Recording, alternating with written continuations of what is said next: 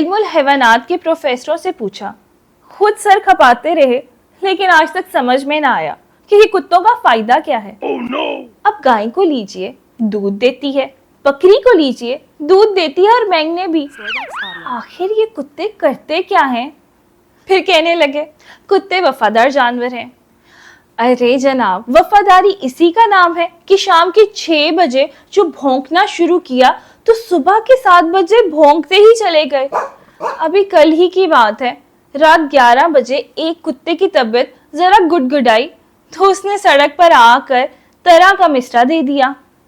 1 minute بعد سامنے کے بنگلے سے ایک کتے نے مطلع عرض کر دیا. اب جناب, ایک کوہنا مشق استاد کو جو غصہ آیا, ایک حلوائی کے چولہے میں سے باہر لپکے اور بھنا کے پوری غزل مقطع تک کہہ گئے. اس پر شمال مشرق کی طرف سے ایک قدر شناس کتے نے زوروں کی داد دی. اب تو حضرت وہ مشاعرہ گرم ہوا کہ کچھ نہ پوچھئے. کم بخت بعض تو 2 غزلوں سے غزلیں لکھ لائے تھے. کئی ایک نے فلبتی قصیدے کے قصیدے پڑھ ڈالے. وہ ہنگامہ گرم ہوا کہ ٹھنڈا ہونے میں ہی نہ آتا تھا.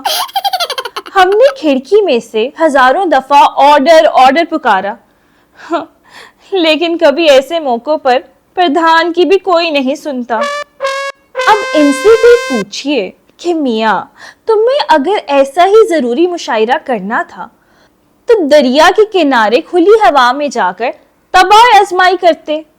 یہ گھروں کے درمیان آ کر سوتوں کو ستانا کون سی شرافت ہے؟ اور پھر ہم دیسی لوگوں کے تو کتے بھی بدتمیز ہوتے ہیں. اکثر تو ان میں سے پتلون کوٹ والوں کو دیکھ کر بھونکنے لگ جاتے ہیں. ویسے یہ تو قابل تعریف بھی ہے. اچھا, اس کا ذکر تو جانے ہی دیجئے. ایک اور بات ہے, ایک دفعہ نا ہمیں صاحب لوگوں کے بنگلوں پہ جانے کا اتفاق ہوا. ان کے کتوں میں تو وہ شائستگی دیکھی کہ اش اش کر کے لوٹے. جو ہی ہم بنگلے کے اندر داخل ہوئے, کتے نے برآمدے میں کھڑے کھڑے ہی ہلکی آواز سے بخ کر دی اور پھر منہ بند کر کے کھڑا ہو گیا. ہم آگے بڑھے تو اس نے بھی 4 قدم آگے بڑھ کر ایک نازک اور پکیزہ آواز میں پھر بخ کر دی. چوکیداری کی چوکیداری, موسیقی کی موسیقی.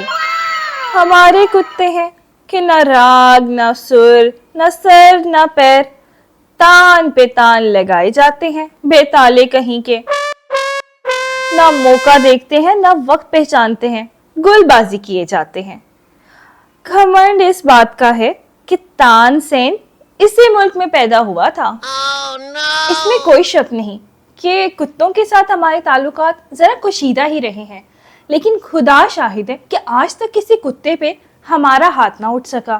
حالانکہ اکثر دوستوں نے صلاح دی ہے کہ رات کے وقت لاٹھی یا چھڑی ہاتھ میں رکھنی چاہیے, لیکن خامخواہ ہم کسی سے عداوت پیدا نہیں کرنا چاہتے. کتے کے بھونکتے ہی ہماری طبی شرافت ہم پر اس طرح غلبہ پا جاتی ہے کہ اگر آپ ہمیں اس وقت دیکھیں تو یقیناً آپ بھی یہی سمجھے کہ ہم بزدل ہیں. شاید آپ اس وقت یہ بھی اندازہ لگا لیں کہ ہمارا گلا خشک ہوا جاتا ہے. البتہ یہ ٹھیک ہے, ایسے موقعوں پہ اگر گانے کی کوشش کروں تو خرج کے سروں کے سوا اور کچھ نہیں نکلتا. اگر آپ نے بھی ہم جیسی طبیعت پائی ہو تو آپ دیکھیں گے کہ ایسے موقعوں پر آیت الکرسی آپ کے ذہن سے نکل جائے گی. اس کی جگہ آپ شاید دعائے قنوت پڑھنے لگ جائیں. بعض اوقات ایسا اتفاق بھی ہوا کہ رات کے 2 بجے چھڑی گھماتے تھیٹر سے واپس آ رہے تھے اور ناٹک کے کسی گیت کی طرز ذہن میں یاد کر رہے تھے. کیونکہ الفاظ یاد نہیں تھے اور نو مشقی کا عالم تھا تو بے سرے بھی ہوئے تو لوگ یہی سمجھیں گے کہ انگریزی موسیقی ہے. اتنے میں ایک موڑ سے جو مڑے تو سامنے ایک بکری بندھی تھی.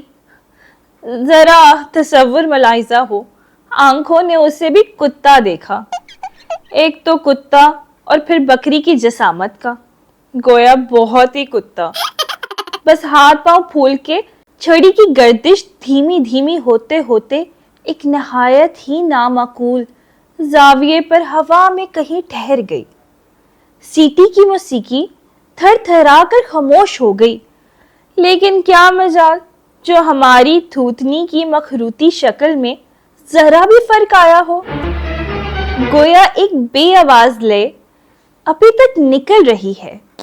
طب کا مسئلہ ہے کہ ایسے موقعوں پر اگر سردی کے موسم میں بھی پسینہ آ جائے تو کوئی مذائقہ نہیں، بعد میں پھر سوکھ ہی جاتا ہے۔ چونکہ ہم تب ان ذرا محتاط ہیں، اس لیے آج تک کسی کتے کے کاٹنے کا کبھی اتفاق نہیں ہوا۔ لیکن کسی کتے نے آج تک ہم کو کبھی نہ کاٹا۔ اگر ایسا ثانیہ کبھی پیش آیا ہوتا تو اس سرگزشت کی بجائے آج ہمارا مرثیہ چھپ رہا ہوتا۔